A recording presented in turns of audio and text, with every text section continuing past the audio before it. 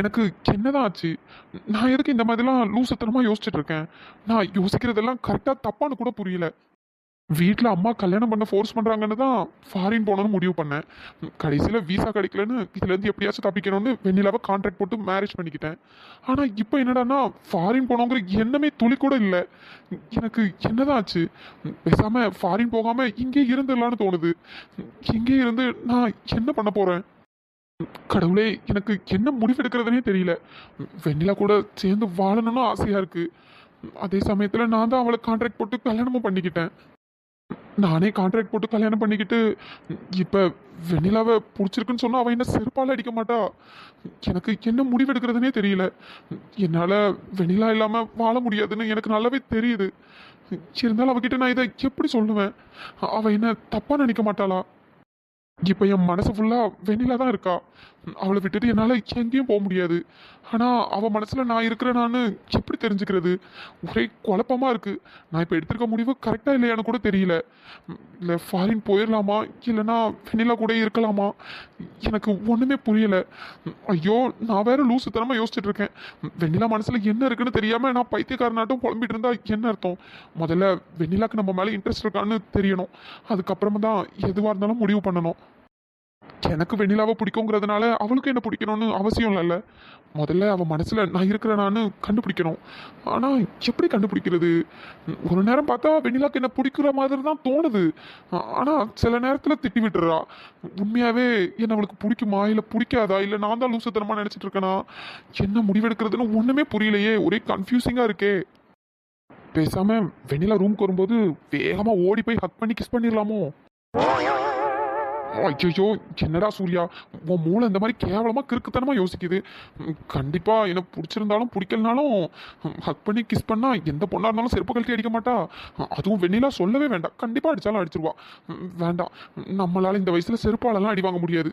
ஆனா அவன் மனசுல நான் இருக்கிறேனான்னு எப்படி தெரிஞ்சுக்கிறது? எப்படியாச்சும் தெரிஞ்சுக்கிட்டே ஆகணும். அது மட்டுமா கொஞ்சம் நெஞ்ச பேச்சா பேசினேன். பெரிய இவா மாதிரி தாலி போடணும்னு கூட அவசியம் இல்லை, நெத்தியில பொட்டு வைக்கணும்னு கூட அவசியம் இல்லைன்னு அவ்வளவும் தேவையில்லாத வேலையா பார்த்து வச்சிருக்கேன். இப்போ அவ தாலி போட்டிருக்காளா இல்லையான்னு கூட எனக்கு தெரியல.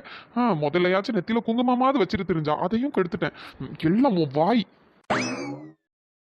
பேசாம நான் போயிட்டு வெண்ணிலா நெத்தியில குங்குமம் வச்சா என்ன? சே சே, வேண்டாம், அதெல்லாம் ரொம்ப ஓவரா இருக்கும். முதல்ல அவன் மனசுல நான் இருக்கனான்னு கண்டுபிடிச்சிட்டு அதுக்கப்புறம் குங்குமத்தை வைப்போம். இப்ப எப்படி கண்டுபிடிக்கிறது? ஐயோ, தலையே வெடிச்சிரும் போலயே. அடியே வெண்ணிலா, கடைசியில என்னைய இப்படி புலம்ப விட்டுட்டல. சிவன் என்ன ஹாஸ்பிட்டலுக்கு கிளம்பாம எதையோ டீப்பா யோசிச்சுட்டு இருக்காரு. சூர்யா மாமா, வெண்ணிலா, என்னாச்சு இவருக்கு? சூர்யா மாமான்னு தானே கூப்பிட்டேன். அதுக்கு எதுக்கு இப்படி பல்ல காட்டுறாரு? வெண்ணிலா. என்னாச்சு இவருக்கு? சூர்யா மாமா, நீங்க ஹாஸ்பிட்டல் போலையா? அதுவா வெண்ணிலா, ஹாஸ்பிட்டல் போகணும் தான்.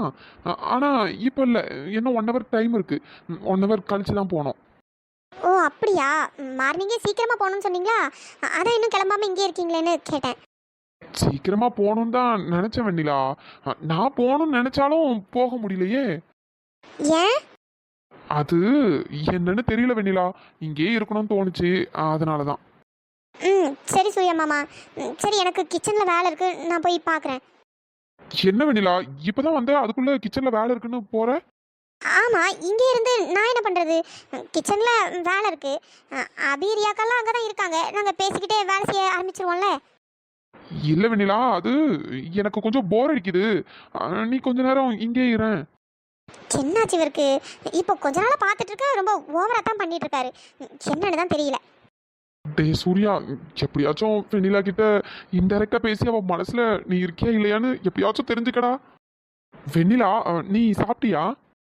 சூர்யா மாமா, காலையில் நீங்கள் நானும் சேர்ந்து தானே சாப்பிட்டோம். அப்புறம் என்ன சாப்பிட்டியான்னு கேட்குறீங்க? ஐயோ ஆமால்ல, மறந்துட்டேன். வேற ஒன்றும் இல்லை. வெண்ணிலா, இந்த saree உனக்கு சூப்பரா இருக்கு. தேங்க்ஸ் சூர்யா மாமா. ஐயோ, அடுத்தது என்ன பேசுறதுனே தெரியலையே. பேசாம ஃபர்ஸ்ட் பண்ண பிளானே எக்ஸிக்யூட் பண்ணிடலாமோ? அப்படியே ஹக் பண்ணி கிஸ் பண்ணிட்டா என்ன? இல்ல, வேண்டாம் வேண்டாம், ரொம்ப கேவலமா நினைப்பா. எதுக்கு நம்மளே அசிங்கப்படுத்திக்கணும்? வேற எப்படியாச்சும் ட்ரை பண்ணி அவ மனசுல நம்ம இருக்கோமான்னு தெரிஞ்சுப்போம். வெண்ணிலா, உங்ககிட்ட ஒன்று கேட்கணும்னு நினச்சேன். ஒருவேளை நான் ஃபாரின் போயிட்டேன்னா உனக்கு ரொம்ப போர் அடிக்கும்ல? அது எனக்கு எதுக்கு போர் அடிக்க போகுது? இல்லை வெண்ணிலா, நான் இல்லைன்னா உனக்கு போர் அடிக்கும்ல? ஒருவேளை நான் ஃபாரின் போயிட்டேன்னா நீ என்னை மிஸ் பண்ண மாட்டியா என்ன? என்ன கேள்வி இதெல்லாம்? முதல்ல நான் எதுக்கு உங்களை மிஸ் பண்ணணும்? இல்லை வெண்ணிலா, அது சும்மா தெரிஞ்சுக்கிறதுக்காக தான் கேட்டேன், வேற ஒன்றும் இல்லை. இதுல தெரிஞ்சுக்கிறதுக்கு என்ன இருக்கு? நீங்க ஃபாரின் போயிட்டீங்கன்னா நான் என் பாட்டி கூட இருக்க போறேன். இதுல நான் உங்களை எதுக்கு மிஸ் பண்ண போறேன்? எனக்கு புரியல நீங்க எந்த அர்த்தத்துல இந்த கேள்வி கேக்குறீங்கன்னு. ஐயோ இல்லை வெண்ணிலா, நான் சும்மா நார்மலாக தான் கேட்டேன். இவளை கான்ட்ராக்ட் போட்டு தானே மேரேஜ் பண்ணியிருக்கோம். அது இவளுக்கு ஞாபகம் இருக்கா இல்லையான்னு தெரிஞ்சுக்கிறதுக்காக தானே கேட்குறீங்க. எனக்கு புரியுது சூர்யா மாமா, எனக்கு எல்லாமே ஞாபகம் இருக்கு. நான் எதையும் மறக்கலை. ஐயோ வெண்ணிலா, நான் அந்த அர்த்தத்தில் கேட்கல, நான் சும்மா நார்மலாக தான் கேட்டேன். நீங்க எதுக்கும் கவலைப்படாதீங்க சூர்யா மாமா. நீங்க ஆசைப்பட்ட மாதிரி நீங்க ஃபாரின் போங்க. நான் எதுக்கும் தொந்தரவெல்லாம் நிற்க மாட்டேன். எனக்கு நல்ல ஞாபகம் இருக்கு, நம்ம 6 மாசத்துக்கு கான்ட்ராக்ட் மேரேஜ் தான் போட்டிருக்கோன்னு. ஸோ நீங்க அதை பற்றிலாம் எதையும் நினச்சி பயப்பட வேண்டாம். வெண்ணிலா, அது நான் அந்த அர்த்தத்தில். போதும் சூர்யா மாமா, நீங்க என்ன பேச வரீங்கன்னு எனக்கு நல்லாவே புரியுது. கடைசி நிமிஷத்துல நான் எதுவும் ப்ராப்ளம் பண்ணிடுவேன்னு தானே யோசிக்கிறீங்க. அப்படியெல்லாம் நான் எதுவும் பண்ண மாட்டேன், நீங்க கவலைப்படாதீங்க. எனக்கு வேலை இருக்கு, நான் கிளம்புறேன். ஏன் வெண்ணிலா, நான் அந்த அர்த்தத்தில் எதுவும் கேட்கல. சூர்யா மாமா, நீங்க எதுக்கும் கவலைப்படாதீங்க. நான் யாருக்கும் தொந்தரவா இருக்க மாட்டேன். முக்கியமா உங்களுக்கு இடைஞ்சலா நான் இருக்க மாட்டேன். இவ எதுக்கு இப்படி பேசிட்டு போறா? நான் என்ன பேசிட்டு இருக்கேன், இவ என்ன பேசிட்டு இருக்கா? நான் நார்மலாக தானே கேட்டேன், ஒருவேளை ஃபாரின் போயிட்டா என்ன மிஸ் பண்ணுவியான்னு. அதை விட்டுட்டு என்னதெல்லாமோ சம்மந்தம் இல்லாமல் பேசிட்டு இருக்கா. இவ பேசுறதெல்லாம் வச்சு பார்த்தா எப்படா நான் ஃபாரின் போவேன்னு காத்துட்டு இருக்கிற மாதிரி இருக்கு. ஒருவேளை இவளுக்கு என் மேலே சுத்தமாக இன்ட்ரெஸ்ட் இல்லையோ? நான் தான் லூஸ் மாதிரி இவளை மனசில் வச்சுட்டு இருக்கணும். சரி, இப்போதைக்கு இவ பேசுனதை வச்சு எதுவும் நம்ம முடிவு பண்ண வேண்டாம். அவ வேற ஏதாவது டென்ஷன்ல கூட இருந்திருப்பா. வேற என்னைக்காச்சும் ஒரு நாள் இதை பத்தி பேசி பார்க்கலாம். ஒருவேளை நான் ஃபாரின் போயிட்டா நீ என்ன மிஸ் பண்ணுவியோ இல்லையோ எனக்கு தெரியல வெண்ணிலா. ஆனா உண்மையாவே நான் உன்னை மிஸ் பண்ண வேண்டி. நீ இல்லாம என்னால இருக்க முடியுமான்னு எனக்கு சத்தியமா தெரியல வெண்ணிலா. ஆனா இதெல்லாம் நான் உனக்கு எப்படி சொல்லி புரிய வைப்பேன்னு எனக்கு ஒண்ணுமே தெரியல. ஒருவேளை நான் சொன்னா நீ என்ன தப்பா நினைச்சிருவேன்னு எனக்கு அதுவும் பயமா இருக்கு. எனக்கு என்ன பண்றதுன்னே தெரியல வெண்ணிலா. என்னடி அப்படி முறைச்சிட்டு இருக்க? ஓ, முறைக்கிற மாதிரி முறைச்சு அப்படியே சைட் அடிச்சிட்டு இருக்கியா என்ன? வேணாம், ஏதாச்சும் சொல்லிட போறேன். முதல்ல கையெடு. எதுக்கு எதுக்கு கை எடுக்கணும்? என் பொண்டாட்டி மேல நான் கை போட்டிருக்கேன், நான் இது கை எடுக்கணும்? அப்படியே மூஞ்சில ஒரு குத்து விட்டேன்னு வச்சுக்கீங்க, எங்க போய் விழுவேன்னு எனக்கே தெரியாது. முதல்ல கையெடுறா. என்னடி அபி சொல்லும், இன்னும் கோபமாவா இருக்க? கோபப்படாம உன்னை என்ன தூக்கி வச்சு கொஞ்சம் சொல்றியா? கொஞ்சம்னு தோணுச்சுன்னா தாராளமா பண்ணலாமே, நான் எதுவும் சொல்ல மாட்டேன். செரும மாடே, நீ இந்த மாதிரி பைத்தியம் மாதிரி பேசிட்டு இருக்கிறதுக்கு தான் என்கிட்ட வசமா வாங்கிக்கிட்ட போறேன்னு நினைக்கிறேன். போ, ஒழுங்கா உன் வேலையை போய் பாரு. சும்மா வந்துட்டான். இப்போதைக்கு எனக்கு இதான வேலை, வேற எதுவும் வேலை இல்லையே. சும்மா நடிச்சிட்டு இருக்காத. என்ன உங்க ஆள் இன்னும் கூவல போல? கூவனாதான் உடனே காலை கிளப்பிட்டு போயிருவியே. என்னடி சொல்ற, ஒண்ணுமே புரியலையே. அதானே, அது எப்படி புரியும்? அபிச்சலும் எதுக்கடி கோவப்படுற? நான் தான் உங்ககிட்ட ட்ரிங்க்ஸ் பண்ண மாட்டேன்னு சத்தியம் பண்ணல. நான் பாரு ட்ரிங்க்ஸ் பண்ணவே இல்லை, அவன் தான் பண்ணிட்டு இருந்தான். நான் சும்மா செவனேன்னு உட்காந்து பேசிட்டு இருந்தேன். ஆளும் மூஞ்சியும் பாரு. இதுக்கப்புறம் கரெக்டா 10 மணிக்கெல்லாம் ரூம்குள்ள இருக்கணும். அதுக்கு மேல ஒரு நிமிஷம் லேட்டா வந்தா கூட நடக்கிறது வேற. சரி சரி, நீ சொல்லிட்டுல, கரெக்டா 10 மணிக்குள்ள ரூம்க்கு வந்துடுவேன். ஆனா ரூம்க்கு வந்து என்ன பண்றது, சும்மாவே இருக்க வேண்டியதா இருக்கு. ரொம்ப போர் அடிக்கு தெரியுமா? போர் அடிக்குதுன்னா எங்கேயாவது போய் தொலை. அபிச்சலும் நான் அப்படி சொல்ல வரல. உனக்கு ஓகேன்னா நம்ம வாழ்க்கையை ஸ்டார்ட் பண்ணலாம். அதெல்லாம் ஒரு மண்ணும் ஸ்டார்ட் பண்ணி கிளிக்க வேண்டாம். முதல்ல நான் சொன்ன மாதிரி ஒழுங்கா வேலைக்கு போற வழியை பாரு. வேலையெல்லாம் கிடைக்கட்டும், அதுக்கப்புறம் வாழ்க்கை எப்போருமே ஸ்டார்ட் பண்ணிக்கலாம். அபிச்சலும் எனக்கு என்னமோ என் உள் மனசு என்ன தெரியுமா சொல்லிட்டு இருக்கு, நம்ம இன்னும் வாழ்க்கையை ஸ்டார்ட் பண்ணல பத்தியா, அதனாலதான் இன்னும் வேலை கிடைக்கலன்னு எனக்கு தோணுது. நம்ம வாழ்க்கையை ஸ்டார்ட் பண்ண ஆரம்பிச்சிட்டா உடனே வேலை கிடைச்சிடும்னு தோணுது அபி. எப்படி எப்படி வாழ்க்கையை ஸ்டார்ட் பண்ண மாட்டோம் அப்படியே வேலை கிடைச்சி கிழிச்சிருமா? வாயில நல்லா வந்துடும் பார்த்துக்க. முதல்ல வேலை கிடைக்கட்டும், அதுக்கப்புறம் பார்த்துக்கலாம். சும்மா உள் மனசு சொல்லுது ஆள் மனசு சொல்லுதுலாம் என்கிட்ட வந்து சொல்லிட்டு இருக்காரு. ஐயோ, என்ன சொன்னாலும் இவ ஓகே சொல்ல மாட்டா போலயே. சரி, வாழ்க்கையை தான் இப்போ ஸ்டார்ட் பண்ண வேண்டாம், ஒரே ஒரு கிஸ் மட்டும் பண்ணிக்கவா? அதை அதை என்கிட்ட எது கேட்குற? போ, உன் பொண்டாட்டி பக்கத்து ரூமில் இருக்கா, அங்கே போய் கேளு. அடியே என்னடி பேசிட்டு இருக்க? நீ தானடி என் பொண்டாட்டி, உனக்கு தாண்டி தாலி கட்டினேன். என்னடி பக்கத்து ரூம்ல இருக்கான்னு சொல்ற? பக்கத்து ரூம்ல எவடி இருக்கா? ஏன் பக்கத்து ரூமில் எவன் இருக்கான்னு உனக்கு தெரியாதோ? அவன் தானே உன் பொண்டாட்டி. போ, எதனாலும் அவன்கிட்டே போய் கேளு. என்கிட்டயே வந்து கேட்டுட்டு இருக்க. அடி பாவி, அசிங்கமா பேசாதடி. ஏன்டி இப்படி எல்லாம் பேசுற? அவன் மட்டும் இதை காதால கேட்டான்னு வச்சுக்க, கண்டிப்பா தூக்குல தொங்கிடுவான். கூடிய சீக்கிரம் நீங்க 2 பேரும் பண்ற வேலைக்கு நானே உங்க 2 பேரையும் தூக்கில மாட்ட போறேன் பாரு. ஆக மொத்தம் எங்க 2 பேரையும் கொலை பண்ணாம விட மாட்டேன், அப்படிதானே? ஆமா, எனக்கு வர்ற ஆத்திரத்துக்கு ஒரு 2 பேரையும் அப்படியே கழுத்து நெரிச்சு கொண்டுருவேன். எப்ப பார்த்தாலும் 2 பேரும் ஜோடி போட்டா சுத்துறீங்க. இல்ல தெரியாம தான் கேக்குறேன், என்ன எதுக்கு கல்யாணம் பண்ண? நானும் உங்ககிட்ட வந்து என்ன தாலி கட்டிக்கே கல்யாணம் பண்ணிக்கன்னு சொன்னேன். நீயா தானே வந்து கல்யாணம் பண்ண. அப்புறம் என்ன எதுக்கு கல்யாணம் பண்ண? எப்ப பார்த்தாலும் அவன் கூடயே சுத்துறதுக்கு என்ன எதுக்கு கல்யாணம் பண்ணன்னு கேக்குறேன். அபிச்சலம், அது ஏதோ ஒரு ஆர்வ கோளாறுல தாலியை கட்டிட்டேன், அதுக்குன்னு இப்படி இல்லாம கேப்ப? பொறுக்கி பொறுக்கி நீ அப்பத்துல இருந்து எடக்கு மடக்காவே பேசிட்டு இருக்க. முதல்ல கையடுறா. என்னடி ரொம்ப பேசிட்டு இருக்க? நீயும் தான் இப்பெல்லாம் என்னெல்லாம் கண்டுக்கவே மாட்டேங்கிற. மாமியார் மருமகளும் ஒன்று சேர்ந்துட்டீங்க, 2 பேரும் ஒரே குசு குசுன்னு பேசிக்கிறீங்க, 2 பேரும் ஒரே ஆட்டமா தான் இருக்கு.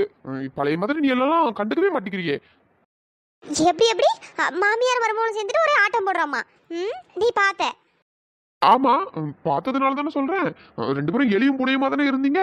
இப்ப 2 பேரும் கூட்டு சேர்ந்துக்கிட்டு என்னையே வச்சு செய்றீங்க என்ன? எரும மாடே, அப்ப உனக்கு மாமியார் மருமகளும் என்ன நேரமும் அடிச்சுக்கிட்டே இருக்கணும், அதை பார்த்து நீ சந்தோஷப்படணும். அப்படிதானே உன் எண்ணெல்லாம் இருந்திருக்கு. அது அப்படியும் சொல்லலாம். இருடா இரு, எல்லாத்தையும் உங்க அம்மா கிட்ட சொல்லி கொடுக்குறேன். ரொம்ப ஓவரா பண்றல, இரு உன்னை பாத்துக்கிறேன். அபிச்சலம், சும்மா தான் சொன்னேன். அபி, அப்புறம் நாளைக்கு ஒரு இன்டர்வியூ இருக்கு. அப்படியா?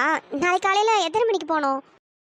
காலையில் 9 o'clockலாம் போகணும். ஆனால் எனக்கு தான் போகிறதுக்கு இன்ட்ரெஸ்டே இல்லை. பெரிய ஆஃபீஸ் வேற, கண்டிப்பாக எனக்கு வேலை கிடைக்காதுன்னு தெரியும். திரும்பவும் அங்கே போய் அவமானப்படணுமான்னு யோசிச்சுட்டு இருக்கேன். பொறுக்கி பொறுக்கி அப்படியெல்லாம் எதுவும் இல்லை, நீ ட்ரை பண்ணிட்டே இரு, கண்டிப்பாக கிடைக்கும். நாளைக்கு காலையில் 9 மணிக்கெல்லாம் கிளம்பி போ. அப்படியா சொல்கிற? எனக்கும் அதான் ஒரே டபுள் மைண்டாக இருக்குது, போகலாமா வேணாமான்னு. செரும மாடே, நாளைக்கு நீ இன்டர்வியூ அட்டன் பண்ணுற, அவ்வளோதான். சரிங்க மேடம். இல்லைன்னா என்ன விடவா போறீங்க? ஒழுங்கா போய் இன்டர்வியூ அட்டன் பண்ற வழியே பாரு. இன்டர்வியூ தானே, அட்டன் பண்ணிடலாம். ஆனா அதுக்கு முன்னாடி என்ன? அதுக்கு முன்னாடி நிலுக்கிற? ஏதாச்சும் தேவையில்லாம பேசணும்னு வச்சுக்கேன், வாயிலே சூடு வச்சிருவேன். ஆல்ரெடி உன் மேல செம்ம காண்டில் இருக்க, ஒழுங்கா போயிரு. என்னது வாயிலே சூடு வச்சிருவியா? ஆமாடா பொறுக்கி, எனக்கு வேலை இருக்கு, நான் கிளம்புறேன், போடா. அடியே எங்கடி போற? நில்லடி. போடா. ஹலோ ஃப்ரெண்ட்ஸ், எல்லாரும் எப்படி இருக்கீங்க? சாரி ஃப்ரெண்ட்ஸ், நானும் ஒரு 2 நாளுக்கு ஒருக்கா வீடியோ போடணுன்னு தான் நினச்சேன், ஆனால் சுத்தமாக போட முடியல. என்னென்னா இப்போ ரொம்ப நாள் கழித்து நம்ம வீடியோ போடுறோம். ஸோ எனக்கு சுத்தமாக வியூஸ் போகவே இல்லை. அதனால தான் எனக்கு வீடியோ போடணும் அப்படிங்கிற மைண்ட் செட்டே இல்லாமல் போயிடுச்சு. வியூஸ் போகாததுக்கு ரீசன் என்னென்னா யூடியூப் தான். ஏன்னா நம்ம ஸ்டோரியை ரெகுலராக பார்க்குற எல்லாருமே நீங்கள் பார்த்துருந்தீங்க, லைக் பண்ணியிருந்தீங்க, கமெண்ட் பண்ணியிருந்தீங்க. ஸோ ரெகுலராக பார்க்குற எல்லாருமே பார்த்துருந்தீங்க, ரொம்ப சந்தோஷமாக இருந்தது. ஸோ எல்லாருக்கும் ஒரு பெரிய நன்றி. ஆனால் யூடியூப் வந்து என்னோடய வீடியோவை சஜஸ்ட் பண்ணலை.